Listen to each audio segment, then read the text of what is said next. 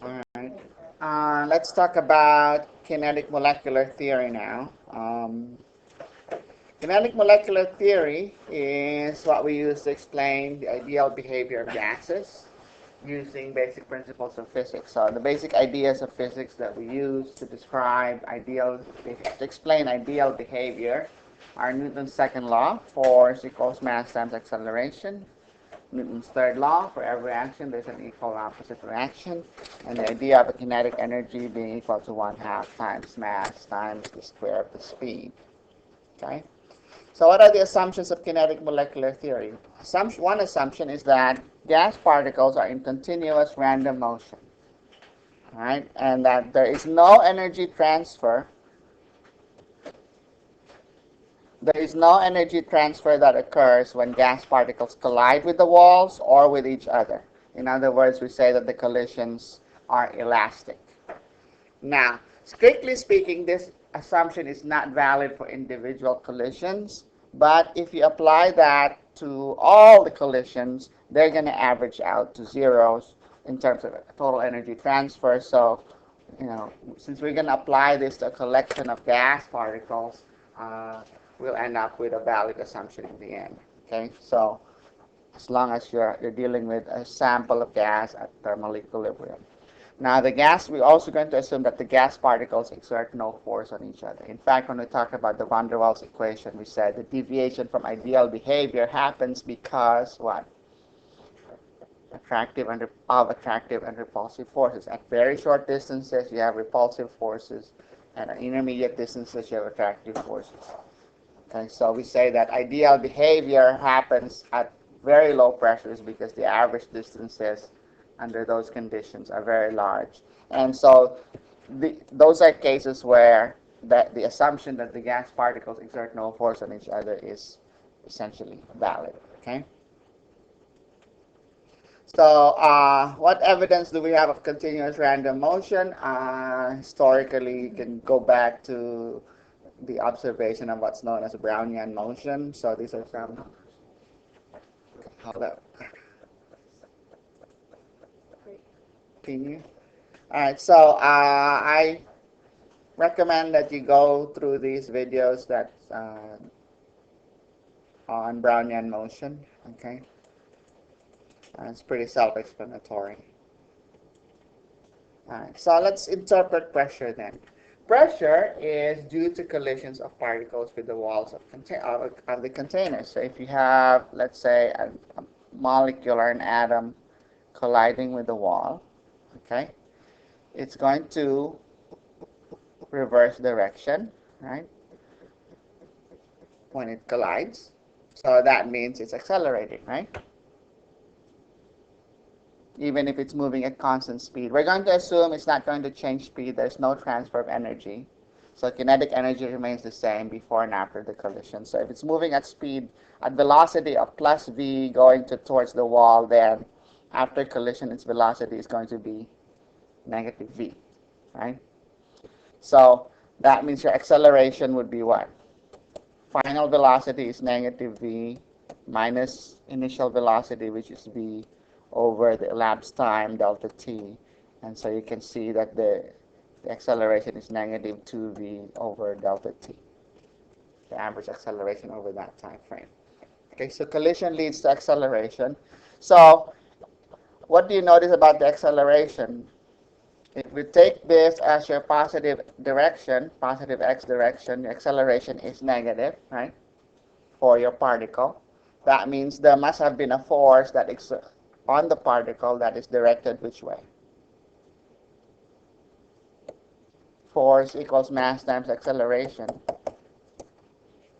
So the force is also directed in the same direction as the acceleration. So acceleration is negative, and so your force is also negative. There must have been a force that pushed that particle to reverse direction. Okay? So that means if there was a force on the particle, then the particle must have also exerted a force on the wall. Equal and opposite reaction. So there's a force on the wall due to the particle. Okay? So you divide that force on the wall by the area of the wall, that gives you the pressure on the wall. Okay? So that's That's the microscopic interpretation of pressure. So let's calculate the pressure due to just one particle. Let's say you have a particle moving at 300 meters per second. Okay, collides with the wall, constant speed, reverses direction. Let's say during a 1 second time period, how much pressure has that molecule exerted on the wall? What would it be? Pressure is what? Force over area. Okay, and so the force is mass, which is how much?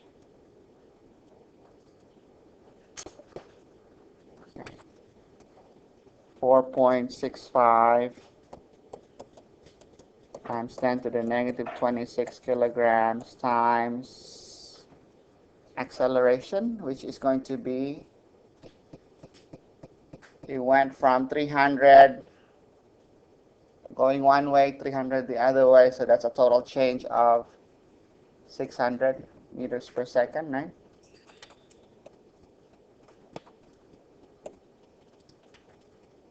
A change in velocity of 600 meters per second over delta t, the average over a 1 second time period, okay, divided by the area, which is 10 square centimeters, so 10.0 centimeter is 10 to the negative 2 meters squared. So what's the pressure due to that one particle over that 1 second time period?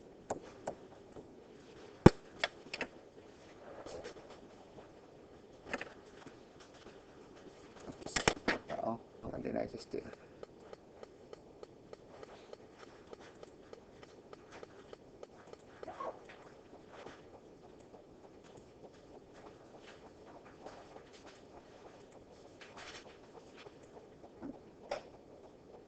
What's the value again?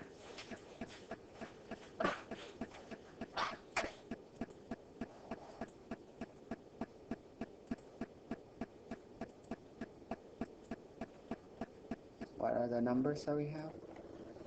4.65 times 10 to the negative 26 kilograms times 600 times meters per second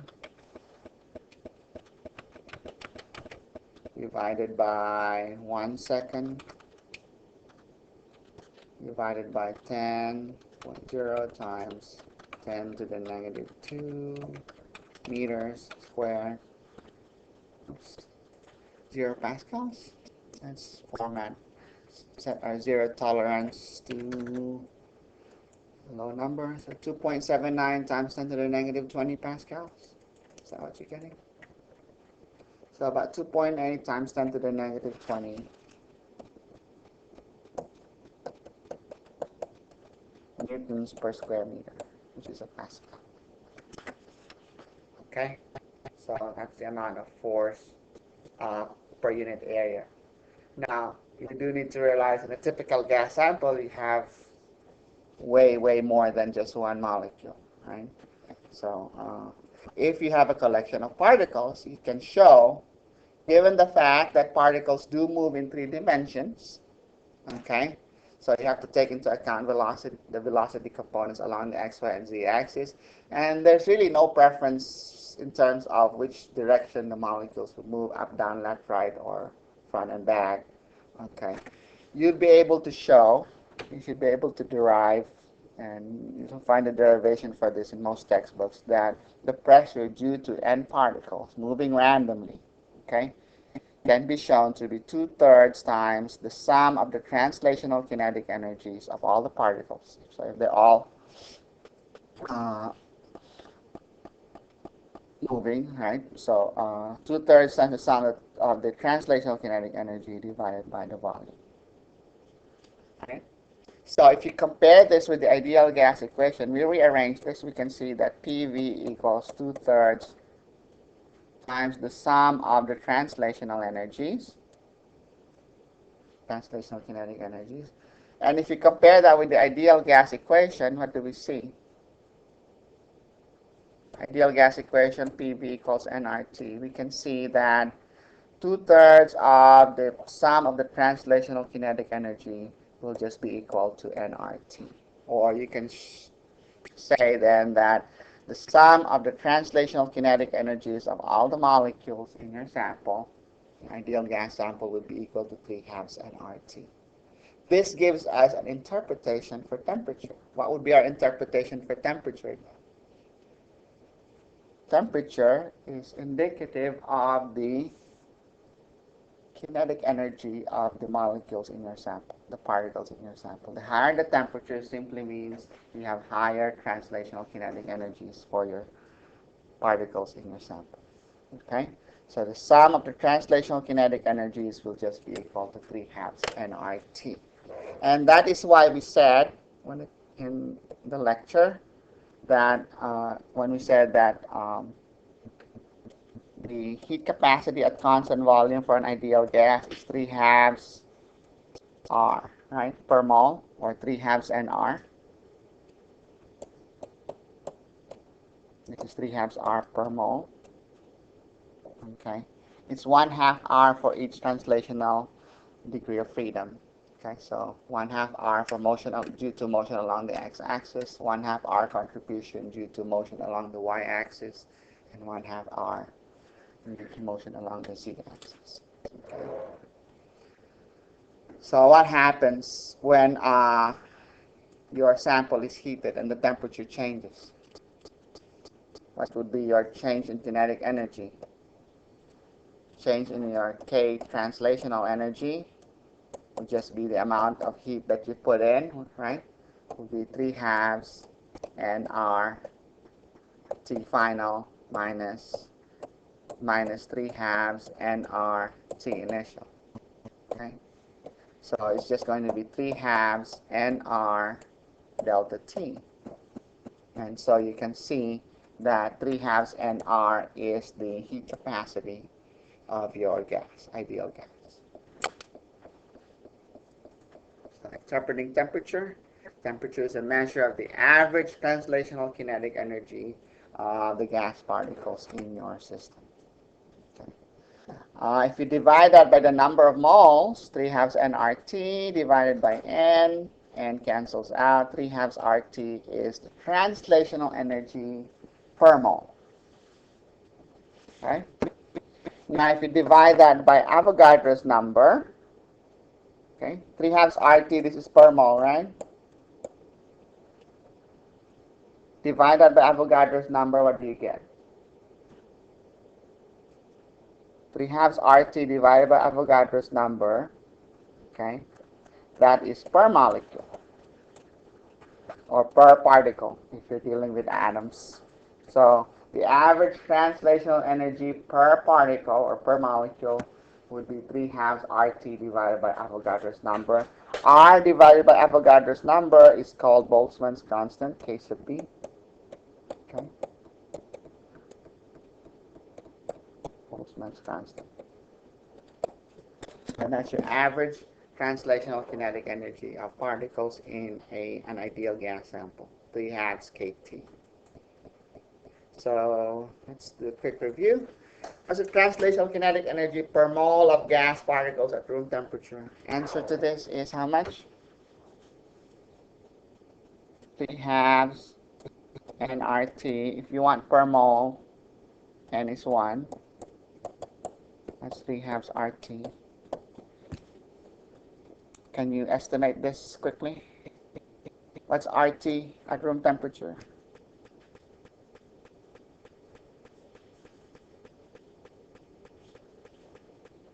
2.5 kilojoules per mole. Okay, so 3/2 times 2.5 kilojoules per mole. That really is a number that RT expression comes up really often. So you really should just memorize that number, 2.5 or 2.48. So what's 3/2 times 2.5? 3.75. Okay, so 3.75 kilojoules. The more precise number is 2.48, so it's not going to be 3.75. I can say 3.8 maybe. Okay.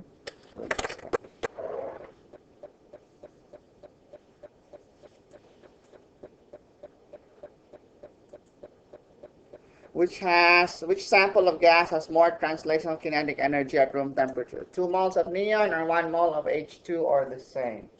A, B, or C?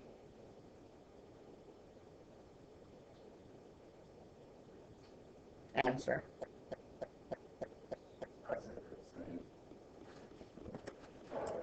Okay, what's the translational kinetic energy of this? 3 halves times 2 RT.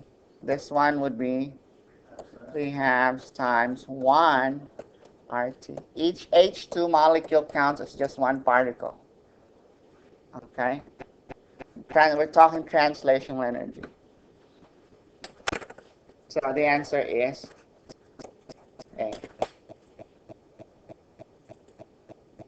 Which sample of gas has more translational kinetic energy per mole at 298 Kelvin?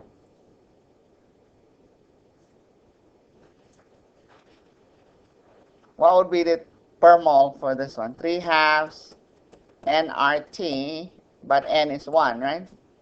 It doesn't matter if you have 2. If you want per mole, you put 2, you divide by 2, you still get 1, right? And this is going to be 3 halves nRT divided by 1. So in both cases, it's just going to be 3 halves RT. Per mole is always 3 halves RT. So the answer is same. Okay. Now you do realize that translational kinetic energy, okay, is the total kinetic energy if you're dealing with an atom, but if you're dealing with molecules, you can also have kinetic energy due to vibration and rotation. Okay, so rotational energy for linear molecules would be RT, okay, per mole. For nonlinear molecules, it's 3 halves RT. So it's 1 half RT for each rotational degree of freedom. But for vibrational energy, the expression's a little more complicated, so we're not going to go into that at this time. Okay? And that has to do with the quantization of vibrational energy being larger than the energy gaps between those are being larger than rotational and translational energy gaps. All right. So what's the average kinetic energy of helium at 300 Kelvin? The answer would be, what formula would you use? 3 halves RT, that's per mole. So if you want per molecule or per atom, you divide by Avogadro's number. So it's 3 halves times Boltzmann's constant times T. Okay. So what did we have? We had like 3.8 kilojoules per mole, right? Divided by Avogadro number, 6.022 times 10 to the 23rd atoms per mole. So mole cancels out. So that gives you kilojoules per atom. You can see that's a small number. Okay. And in cases like that, we like to express that in terms of electron volts, because that's going to be a smaller unit. Okay. Which sample has a higher average kinetic energy? A mole of helium or 2 moles of helium or 1 mole of O2? Average. So you don't care about the number of moles, right? Because you're just going to divide it by however many you have. So, and what did we say temperature was? It's a measure of average kinetic energy, right? Average translational kinetic energy.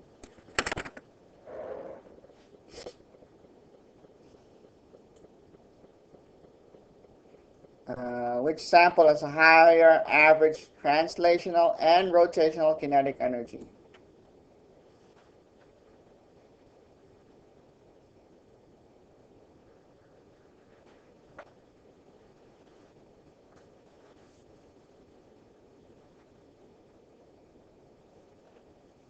That's the average translational kinetic energy. It's 3 halves RT, the same, right?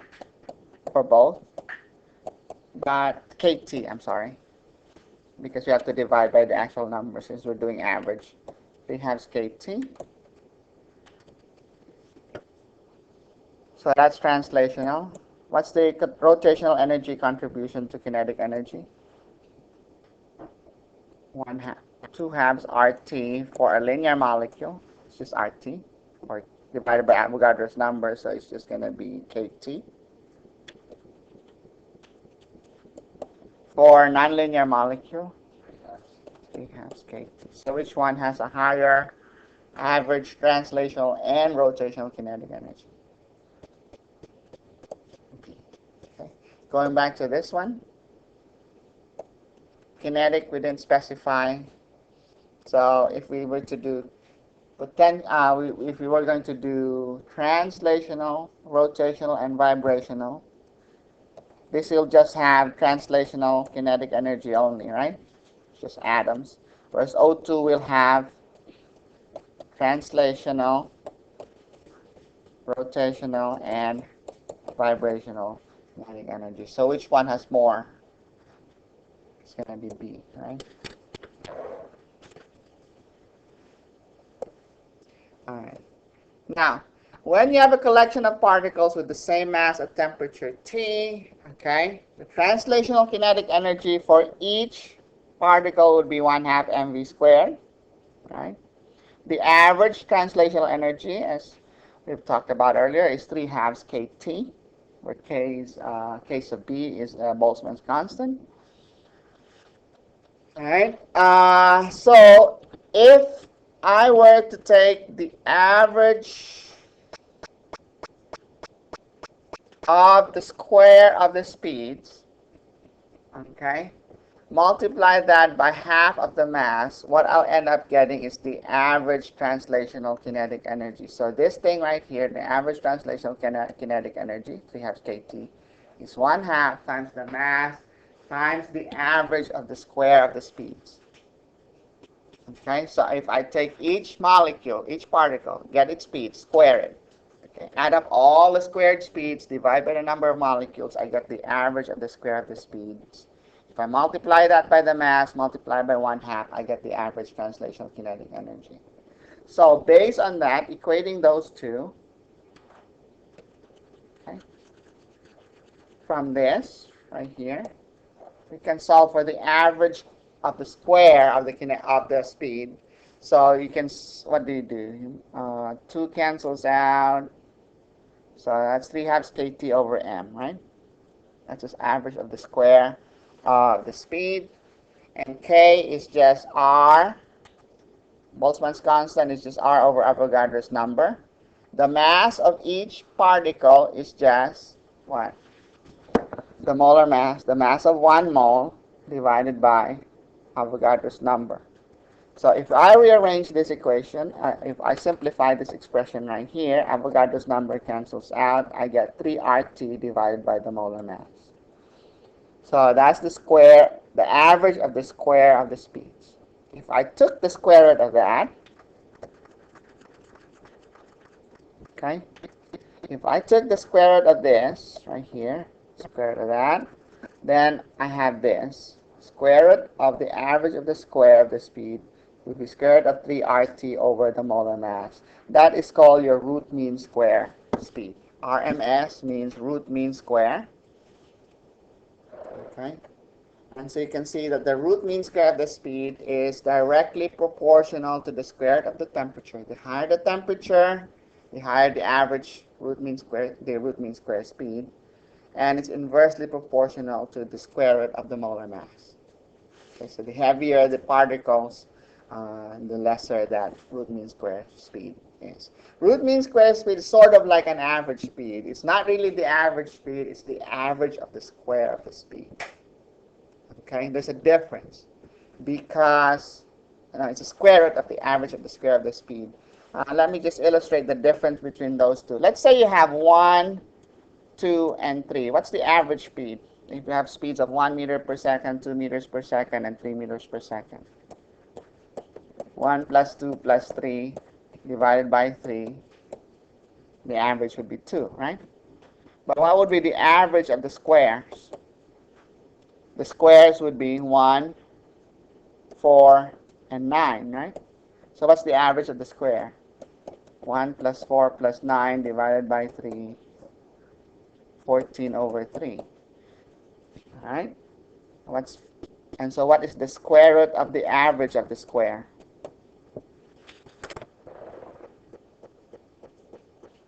A square root of 14 over 3. 2.16. It's not quite the same as 2. Okay, so your root mean square speed is higher than your average speed. But it sort of gives you an indication of what the average speed is. Okay?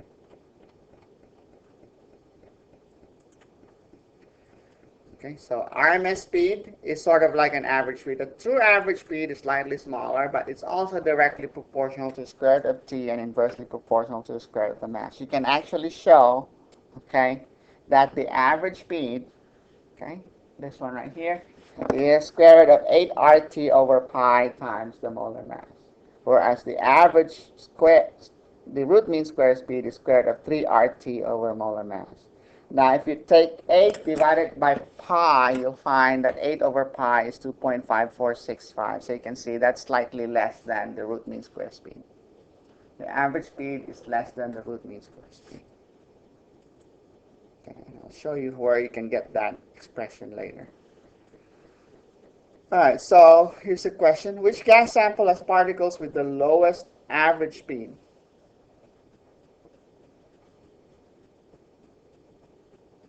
Two moles of helium at 298 Kelvin, 1 mole of helium at 500 Kelvin, 2 moles of O2 at 298 Kelvin. Helium has a mass of 4, right? Oxygen, 32 grams per mole, 32 atomic mass units. Which one is lowest? What did we say? The average speed is directly proportional to the square root of t. It's inversely proportional to the molar mass, right? So let's compare temperatures first. Helium versus helium. It doesn't really matter how many moles you have, right? The average depends only on the temperature and the molar mass. You have the same molar mass. So between A and B, which one is lower? A is lower. Okay, so it can't be B, right? And now between A and C, you have the same temperature. So which one would be slower? The heavier molecules would be slower. So correct answer is C. Calculate the average speed of O2 molecules at 298 Kelvin. What would you need to do here? Average speed is square root of 8 times R. What's R? SI. Let's do SI units here. 8.314 joule per Kelvin per mole. Temperature is 298 Kelvin divided by, what's the mass? Molar mass of oxygen? 32.00. SI units, you have to put it in kilograms. So it's not grams, so times 10 to the negative 3 kilograms per mole. Okay. So per mole cancels out. Kelvin cancels out. What's joules over kilogram? Joules is what? Kilogram meter squared per second squared. So joules over kilogram would be meter squared per second squared. So that gives you the right unit. If you take the square root of those numbers, you'll get the average speed in meters per second. Oops, I forgot there's a pi down here, right? 8 over pi. So what number do we get?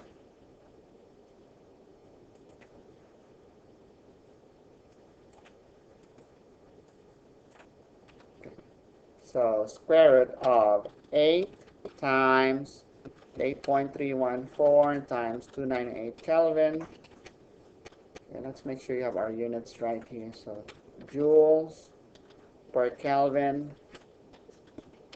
per mole times 298 Kelvin divided by pi times 32.00 times 10 to the negative 3 kilograms per mole equals, that gives you 444 meters per second. So the average speed would be 444 meters per second. Okay, so that's your average speed.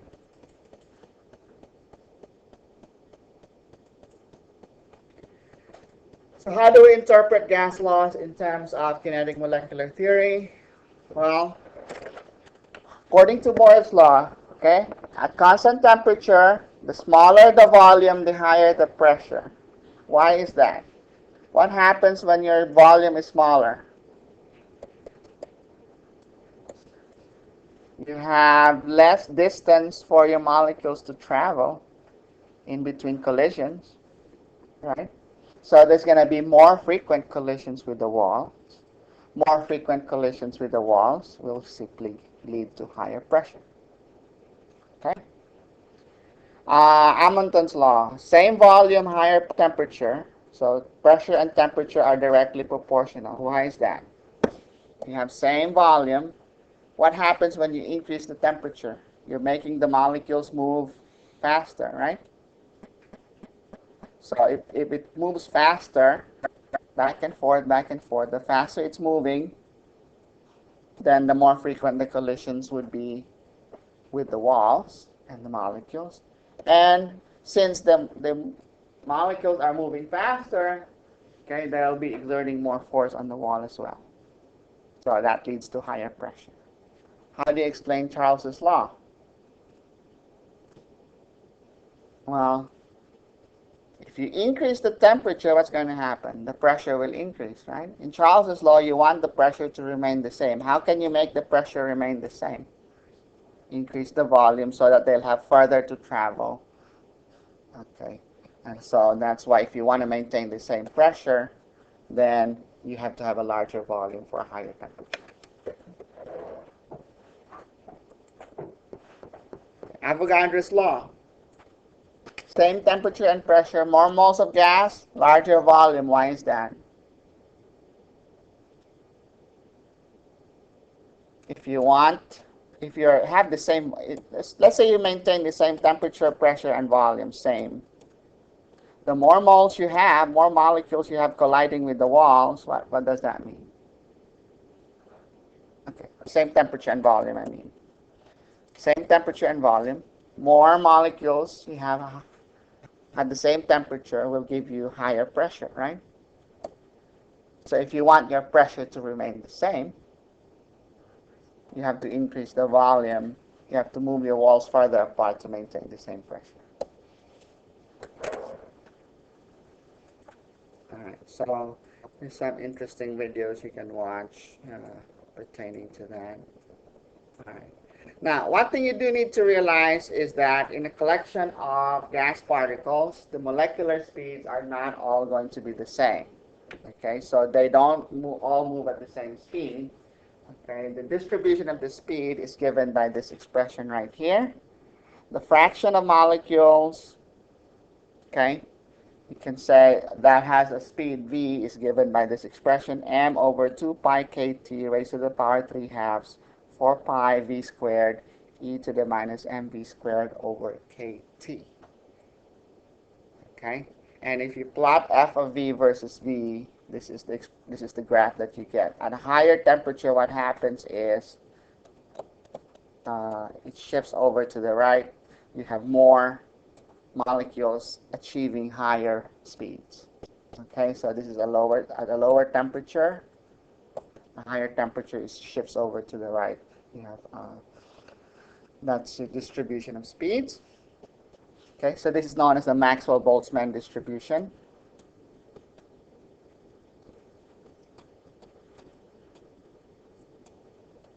All right. So where did this expression come from? Well, Maxwell assumed that your distribution of speeds, distribution of velocities along each of the axes is a Gaussian function. Remember what a Gaussian function looks like? Probability that the velocity, the component along the x-axis is v sub x would be, according to Maxwell, he made the assumption that it's going to be a Gaussian distribution with an average of 0. Okay, so he assumed that, okay, if this is v, if you plot v sub x, the probability that the velocity along the x-axis is v sub x would be a Gaussian. What's the expression for a Gaussian? E to the minus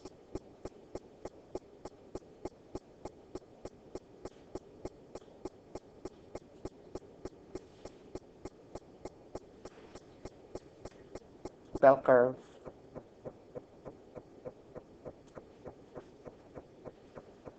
Remember your Gaussian expression? Some peak value. If this was the peak value A, let's call that A. So it's going to be A times, so then there's your bell curve.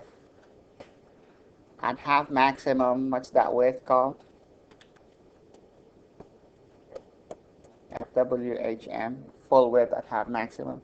E to the minus 4 ln2 nu v sub x minus 0. 0 is the center, right? Over FWHM squared. Or you can just simplify that. We can just say it's directly proportional to e to the minus a v sub x squared. Okay? And the probability that its velocity component along the y-axis is also a Gaussian, so it's going to be proportional to e to the minus a v sub y squared. Okay? And the probability that the z component of your velocity is also a Gaussian, so e to the minus a v sub z squared. Okay? So the probability that a molecule is going to have a velocity, a speed v, okay, velocity of vx, vy, and vz, given by v sub x, v sub y, and vz, would be directly proportional to e to the minus a vx squared, e to the minus a v sub y squared, times e to the negative a v sub z squared. Now what's v sub x squared plus v sub y squared plus v sub z squared? So this is directly proportional to e to the negative a v sub x squared plus v sub y squared plus v sub z squared. What is this?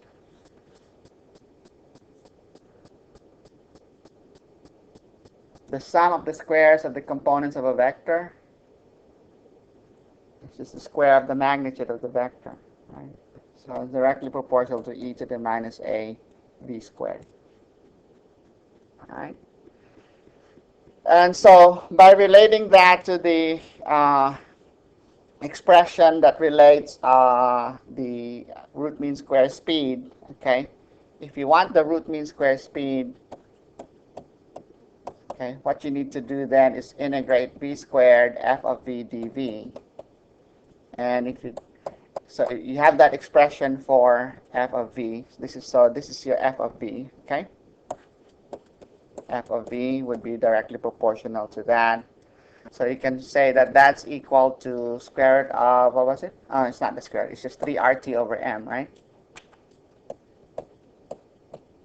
3RT over m, okay? Anytime you take the average of anything that's dependent on a distribution, this is what you do, remember? By equating these two expressions right here, you'll be able to show that f of v, okay, that the a, this constant a right here, turns out to be equal to m over 2kt, or big M molar mass over 2RT, okay? So that's called the Boltzmann distribution. So anyway, let's just focus on interpreting what that means. What that means is simply that, all right, for a given temperature, the distribution looks like this. Okay. At a higher temperature, what happens to the distribution? It shifts over to the right. You'll have more molecules that are able to move at faster speeds. Okay. The integral under the curve should be equal to 1. So if I were to integrate f of v dv from 0 speed to infinite speed, that should just be equal to 1. That distribution function has to be normalized. Okay. And so if I were to plug in this expression right here to down here, integral of v, f of v dv, I'm getting the average value for my speed, the average speed, and you'll be able to show that that's equal to square root of 8 RT times over pi m. Okay? Now, what's the most probable speed? The most probable speed is where you have the highest value f of f sub v. Okay? In the case of oxygen at 500 Kelvin, this is the curve. What's the most probable speed of oxygen at 500 K? Well, where that thing happens, okay? And well, what's the condition at the peak of a function? Derivative is equal to 0. So when the derivative of your distribution function is equal to 0, you solve for the v for that. That happens right here. The most probable v is around 500 meters per second in the case of oxygen. So you can show from this expression right here that the most probable speed is square root of 2 RT over m. So the most probable speed is another way of sort of expressing the average speed. It's more like, what would that be? What would be the analogy for that? If the average speed is analogous to the mean, then this would be like the mode, right? Most probable speed, square root of 2 RT over m. So you have three average speeds that we can use. The mean speed, okay, the most probable speed, and the root mean square speed, which is really the square root of the average of the square of the speed. Okay? So different types of averages you can use to describe average speeds. And like I said, the total area under the curve for the speed distribution is equal to 1. Area between V1 and V2 under the curve would be the fraction of the molecules that have speeds between V1 and V2. So if you were to integrate, in this case, f of v dv from 500 to 1,000, then that would be that area under that curve. That's the fraction of the O2 molecules at 500 Kelvin that would have that speed. Okay. Consider the speed distribution for the same gas sample at two different temperatures, T1 and T2, as shown in the figure here. Which distribution corresponds to the higher temperature? T1. Okay. The most probable speed is higher. Can you estimate the temperature at T1?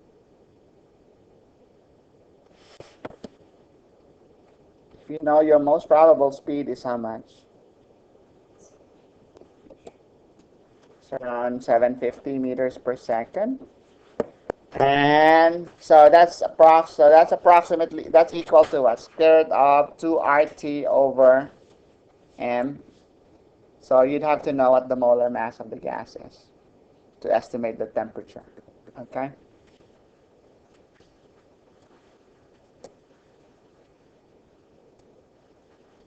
Okay, this is helium versus O2. Speed distribution at 1,000 Kelvin. Which one represents helium? I plotted speed distribution for helium and O2. Which one is helium, A or B?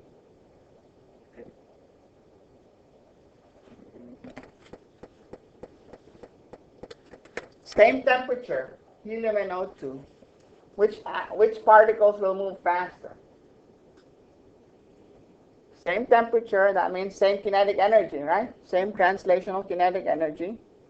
So a helium versus an oxygen, same kinetic energy. Which one moves faster? Helium. So which one is helium? B. Higher speeds. Right? Okay. Same average kinetic energy, but higher speeds for the lighter molecules. All right. Diffusion refers to the spreading out of gas particles, whereas effusion is diffusion through a pinhole into a vacuum. So if you have a sample of gas, you have a pinhole there, a little tiny hole where the gas molecules can come out of, and you have a vacuum out here, then that process is called effusion. The rate of effusion of a gas depends on the concentration, okay, their average speed, and the area of the pinhole. Okay, so if I have, and the rate is given by, you can derive the rate, okay, it's given by this formula. It's 1/2 times the concentration times the average speed times the area. Why is that?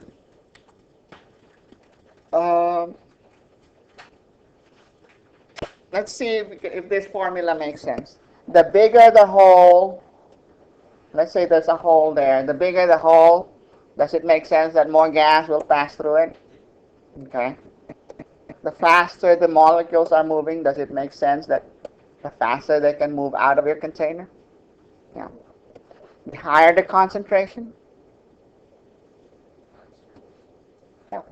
Okay, so that's the formula for the rate of diffusion. That also can be derived from kinetic molecular theory. Okay.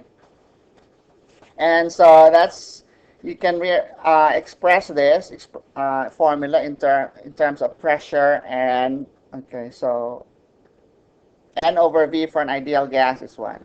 PV equals nRT. So what's N over V?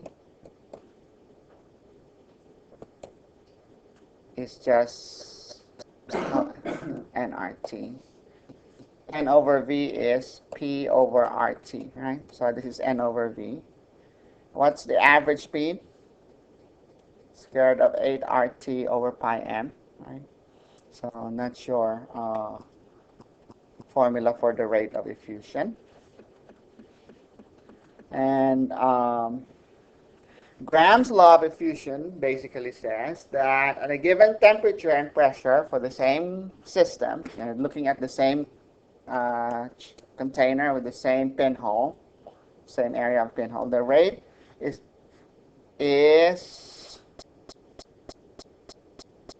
inversely proportional to the square root of the molar mass. Okay, so the rate at which a molecule effuses out of your container is inversely proportional to the square root of the molar mass. You can see rate, and then square root of molar mass is in the denominator down here. For a given temperature and pressure, okay, the same container, the same temperature, the same pressure, the same size pinhole. What does it say?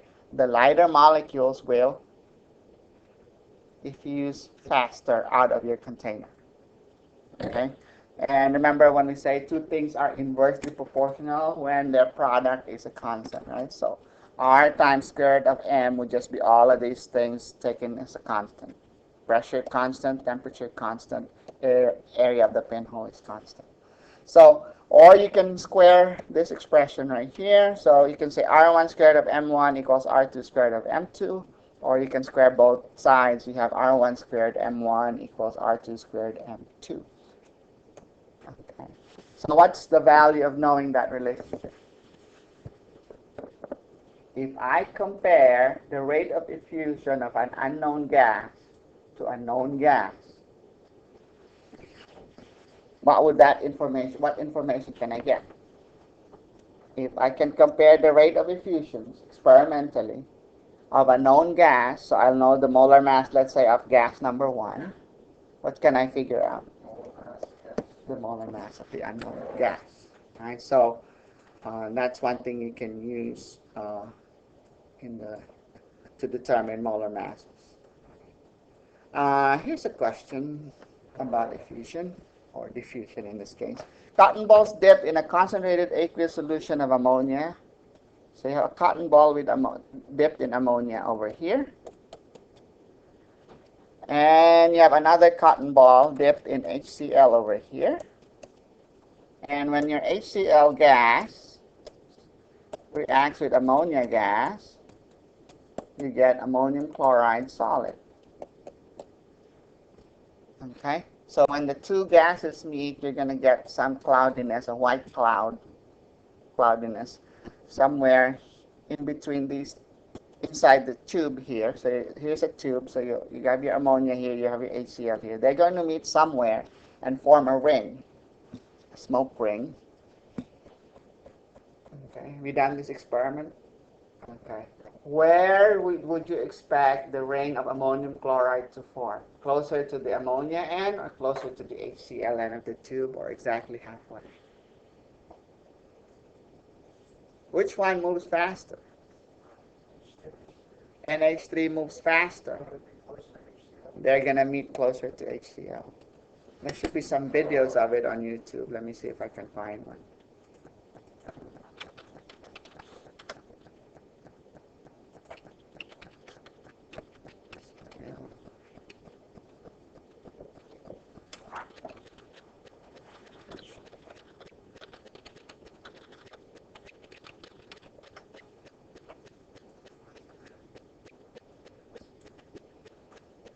Here's one.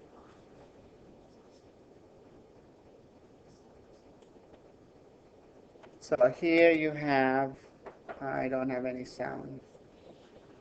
The sound doesn't work on this thing anymore. So you got your HCl in one end. Huh?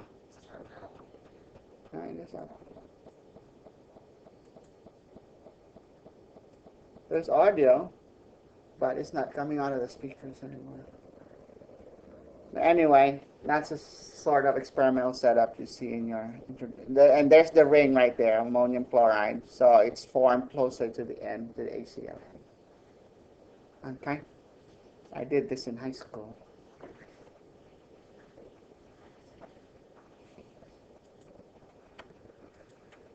All right. Carbon dioxide diffuses at a rate of 2 millimoles per minute. At the same conditions, an unknown gas diffuses at a rate of 3.32 millimoles per minute. What's the possible identity of the unknown gas?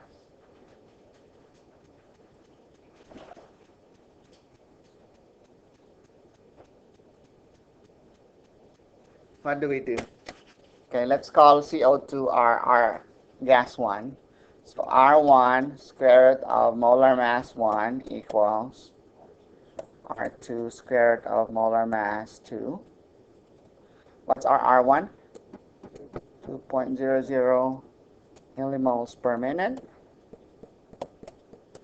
Square root of molar mass 1 equals R2, 3.32 millimoles per minute times square root of molar mass 2. What's molar mass 1? 44. Carbon dioxide is 44.01 grams per mole. So square both sides. Okay, so I'm going to solve for molar mass 2, right? Molar mass 2 equals 2.00 divided by 3.32 squared times 44.01 grams per mole. And that should give you how much? 17.4 grams per mole. What's a possible identity of the gas? A is the closest one. This is 16, right? This is 32, this is 71, and that's 140 plus 140 plus 12, 141 plus 153, 141 plus 12, 153. So possible identity of the gas is CH4. Why aren't you given an exact number here? You just need to realize when you do experiments, you could be subject to errors. Okay. How much faster would helium effuse compared to CH4 under the same conditions? Molar mass of helium is how much? 4 grams per mole. Molar mass of CH4 is, so this is 4 times heavier. The effusion rate will be, so this is 4 times heavier. Okay.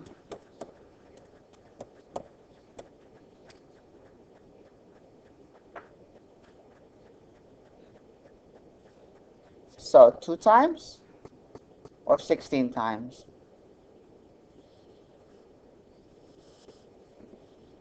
Do you go 4 squared?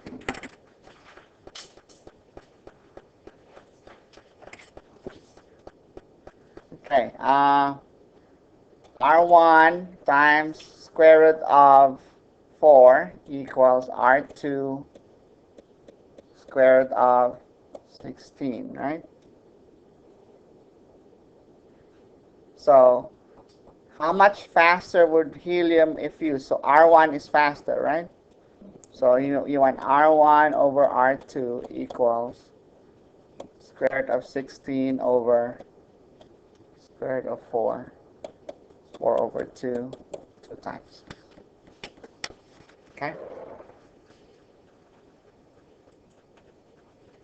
How about this one? You have a gas containing 0.7% uranium hexafluoride with the uranium-235 isotope, 99.3% uranium hexafluoride, which is with uranium-238. Okay, so 2 isotopes of uranium, same compound.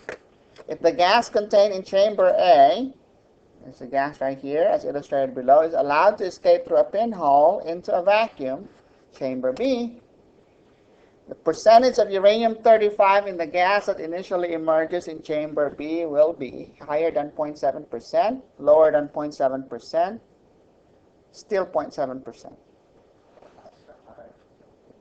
Uranium-235 will effuse faster, so the gas that emerges would be higher than 0.7% uranium-235.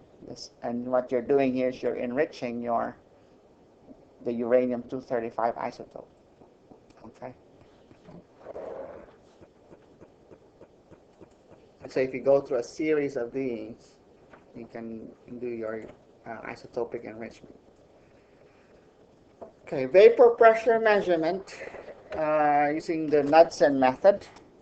You'll have a sample in a container, okay, with a pinhole. The surface area, pinhole surface, with an area, pinhole area of A. Now, in this experiment, you'll have a sample of a solid, okay, and it will be in equilibrium with its vapor. So you have a solid in equilibrium with a gas. Okay, so you have solid and gas at equilibrium. You're going to maintain a constant temperature for this Knudsen cell, for this sample. So if you're maintaining a constant temperature, then the vapor pressure in the container is essentially constant. Okay? So this pressure right here is going to be constant. This temperature is constant. This temperature is constant. Your mass is constant. Okay? The area of the pinhole is constant. So the rate of effusion, R, is going to be constant, right? And so, but it's good. Your gas is going to effuse out of this. And so after an elapsed time, delta T, you can weigh this before and after. So if you weigh your sample before and after an amount of time, delta T has elapsed, you can calculate how many moles of A left your cell. So divide by the number of moles by the elapsed time, you get your rate of effusion. Okay. Now, if you know your rate of effusion, once you measure your rate of effusion, what can you measure? What can you calculate? If you know the area of the pinhole, you know the temperature, you know the molar mass of your sample, you can calculate the vapor pressure of your sample. So this is a method that you can use to measure the vapor pressure of solids. Compounds with very low vapor pressures, you can measure the vapor pressure this way.